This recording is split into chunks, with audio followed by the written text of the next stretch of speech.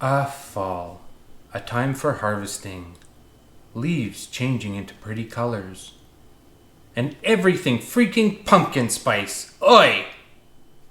What does that have to do with anything?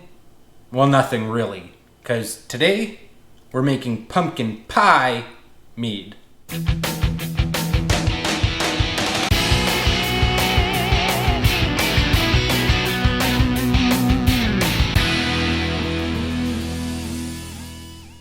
Okay, so I'm making this mead at the request of one of our Discord members.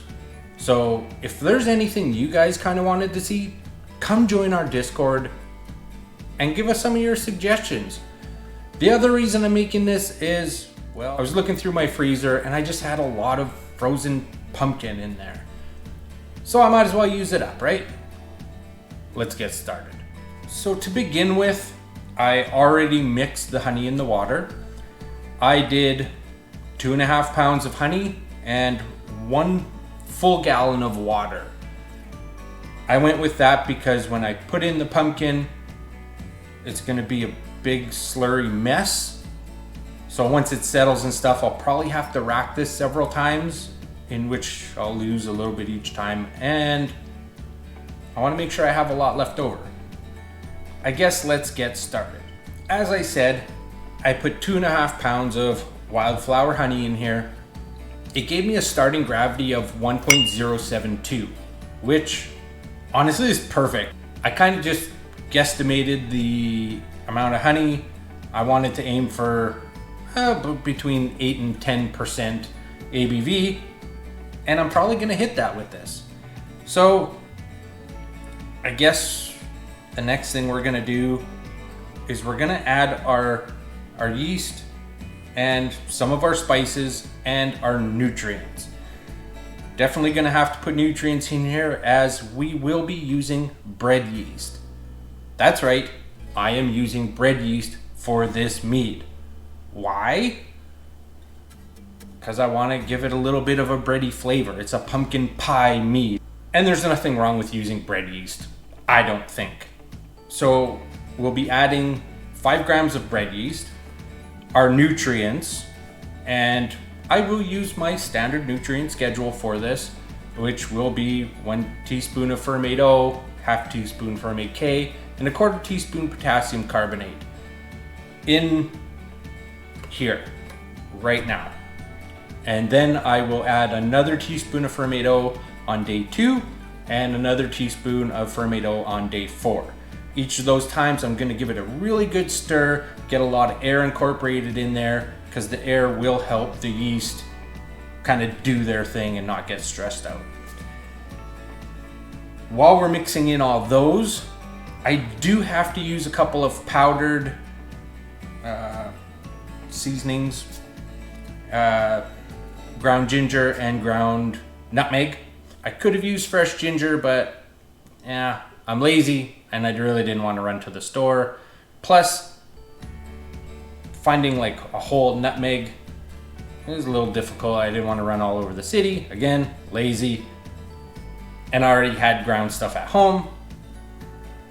So we're gonna do that. And so I guess we'll add that first. And I'll give that a good stir. Get everything really well incorporated in.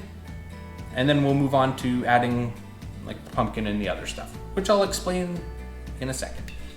So we'll start off with 1 teaspoon of Ferm O,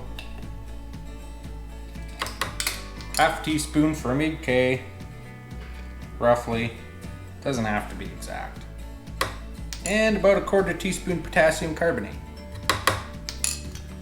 As I said, I'm gonna add some ground ginger. I'm gonna go with 1 teaspoon. And we're gonna go with half a teaspoon of nutmeg. What's going on here? There we go. And I'll add my yeast right now. As I said, I used 5 grams of bread yeast. Now I'm gonna give this a really good stir.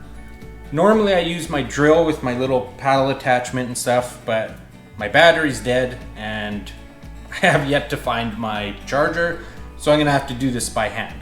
So I'm gonna stir this like the dickens, get a lot of air incorporated in there, get everything mixed up, and then I'll cut to adding the other stuff. All right, so that's mixed in. Like I said, lots of air in there. Nutrients are in there, some spices are in there.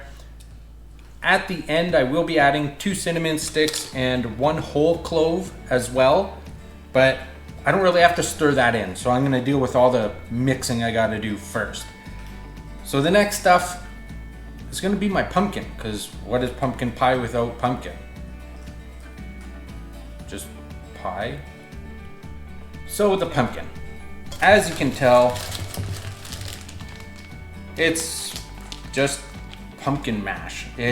I literally just took a pumpkin, I cut it up, threw it through a food processor, weighed it out into 1-pound bags, laid them flat, and froze them. So like I said, it's probably gonna make a giant mushy mess. I am fully aware that I'm going to have to rack this probably several times. And if you noticed, I took the Eric approach. I did not put this in a mesh bag or anything like I normally do, because really it is just mulch. So it would just probably leak through the bags that I have anyways. There is a little bit of like juice, probably just from it melting and stuff. I'm gonna just pour that in. It's not gonna make a huge difference. I'm gonna give this a gentle stir.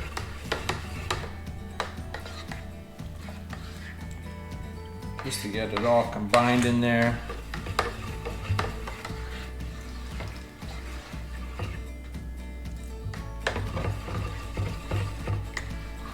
And you know what?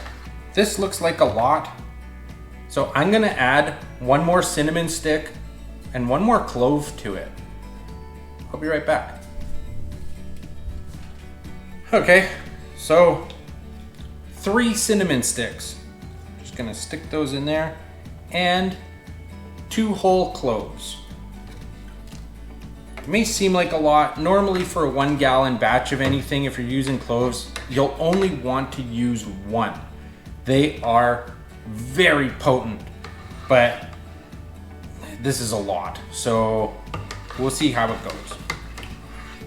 I really want those spices to come through all this pumpkin. Give this 1 more quick stir. And that's about it. Super simple. This is, honestly, meads are really simple. Yeah, I don't know. I thought this would be really fun and delicious, and when it got suggested on our Discord, I jumped all over it. I am going to just quickly slap on my lid and airlock, which has been sitting in the sanitizer.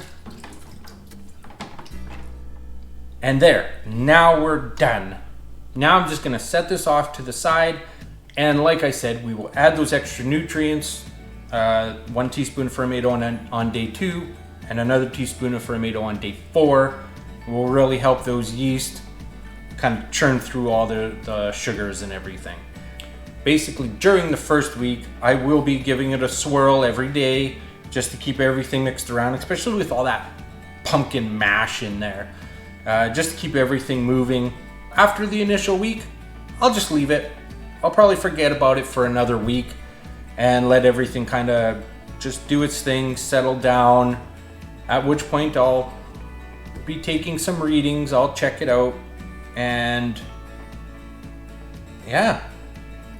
Other than that, all I can say is thank you for joining me today. I hope you have a great day, happy brewing,